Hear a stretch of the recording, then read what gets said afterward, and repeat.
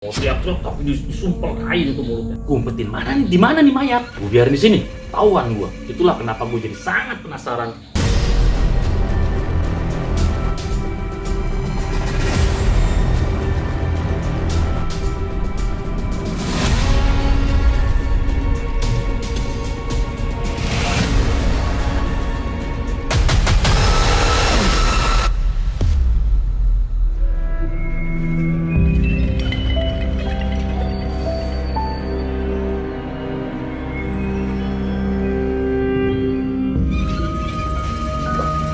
Kembali lagi di Kober Channel. Di episode kali ini gue akan ngebahas tentang Suster Ngesot.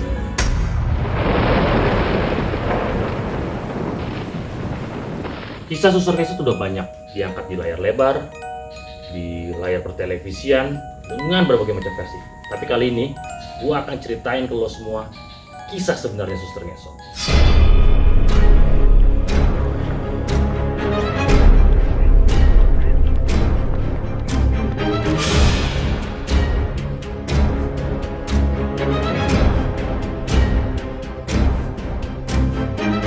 Cerita ini diawali di salah satu rumah sakit besar di bilangan Jakarta. Di rumah sakit tersebut ada seorang suster dengan poros wajah yang cantik, idola lah di rumah sakit itu. Banyak dokter-dokter, kalangan pegawai di rumah sakit yang suka menyatakan cinta ke suster tersebut.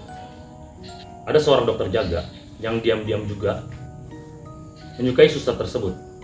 Dia udah sering mantau, ngafalin apa aja kegiatan suster kalau lagi tugas di rumah sakit. Diam-diam dia catet, kayak semacam secret admirer. Sampai suatu malam, si suster ini sedang tugas shift malam berbarengan si dokter jaga.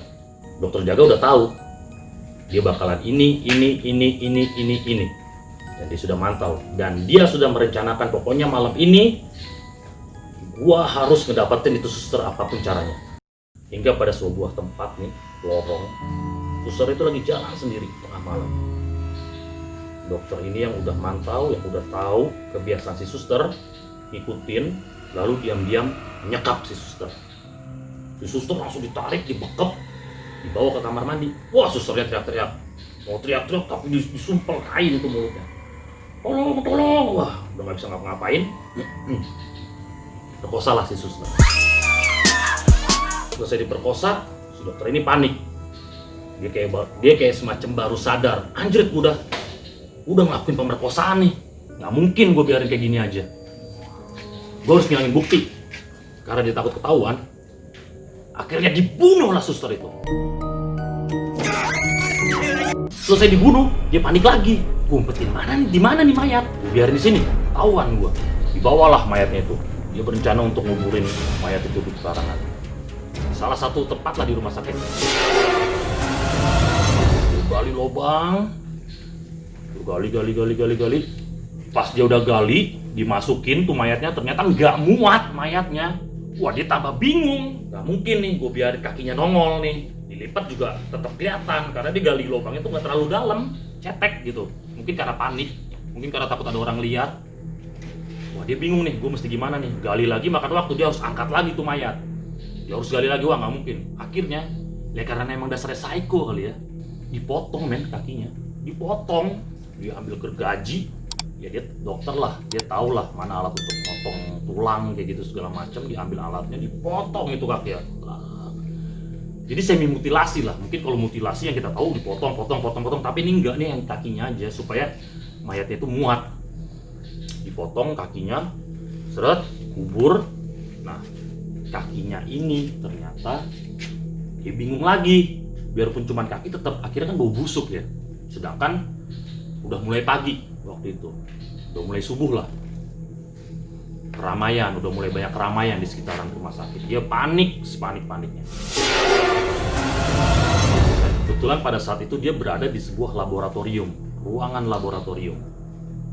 Dia udah bingung, akhirnya di salah satu sudut ruangan laboratorium itu disembunyiin kakinya itu.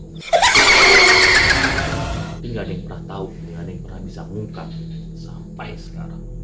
Dan kasus itu pun hilang gitu aja. Tidak bisa dibuktikan oleh pihak yang berwajib.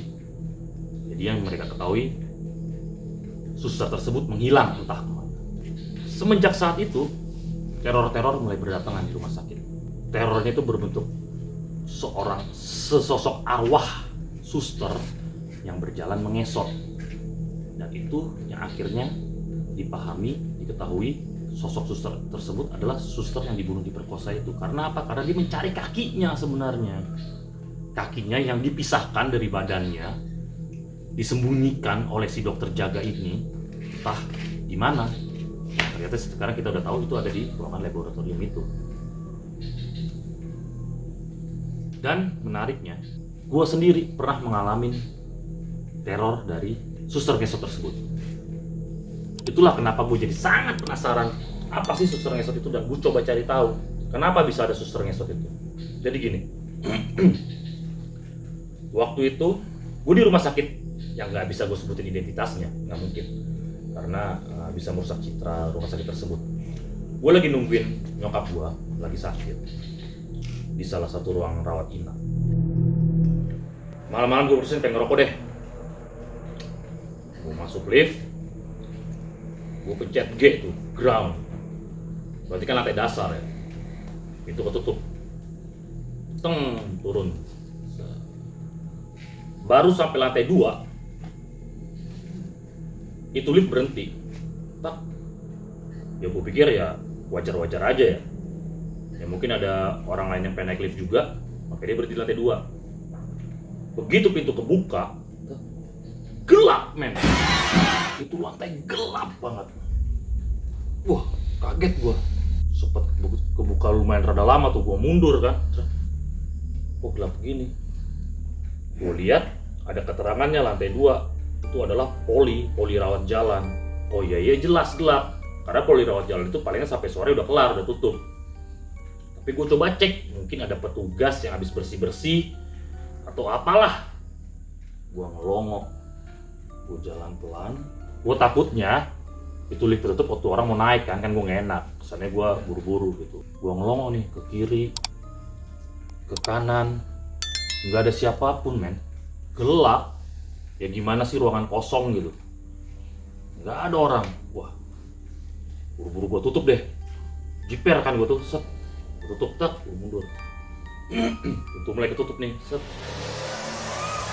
Begitu pintu ketutup setengah, gue lihat itu ada sosok di bawah di lantai, suster, jalan yang ngesot. Dia tuh antara ngesot dan merangkak begini sih sebenarnya. Jadi dia ngerangkak gitu dan menyeret-nyeret badannya gitu. Gue panik setengah mati. Astagfirullahaladzim nyebut. Dan perasaan gue ya, gue gak tahu itu perasaan gue aja, gue gak tahu itu emang bener. Itu pintu lift lama banget ketutupnya. Anjir, gue pencet, itu makin deket. Dan dia tuh ngesotnya nggak lambat gitu yang seret, nggak gitu bro, nggak seret, nggak gitu, tapi deg gitu loh. Makin deket. Wah, gue entah kenapa ya, gue panik banget. Gue mau istighfar, gue lupa. Gue mau nyebut, gue lupa. Yang jelas gue cuma mencetin tombol tutup lift itu. Gue pencet terus, tutup. Pas banget itu sosok itu di depan pintu lift. Wah, gue udah mundur dari paling belakang lift. Gue udah pegangan begini, gue gak kebayang kalau sampai itu suster sempat masuk ya. Wah, satu lift men, gila. Gue bisa apa kalau udah satu lift begitu. Satu lift tertutup. Ya feelingnya, pemikiran gue, logika gue harusnya dia turun ke bawah dong, ya kan? Karena kan gue sudah pencet G dari awal pertama kali gue naik itu lift, gue sudah pencet G. Gue inget banget G yang gue pencet, ground. Tapi pintu itu ketutup, itu lift naik ke atas men. Atas, dang, wah, dibawa kemana nih? Lantai 3, jalan lagi. Lantai 4, jalan lagi. Lantai 5, ting, berhenti. Gitu, gua merindingnya, aduh, gue merinding nih, gue cerita aja merinding parah ini. Karena kebayang persis kejadian itu. Pintu lift kebuka, tang.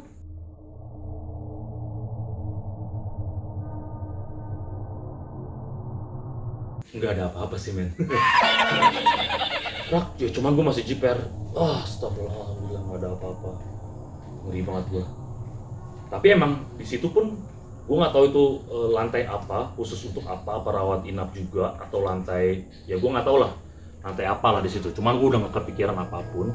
Yang gue pikirin saat itu gue cuma tutup pintu lift itu lagi, dan akhirnya gue mutusin gue balik ke lantai 3 ke ruang rawat inap nyokap gue.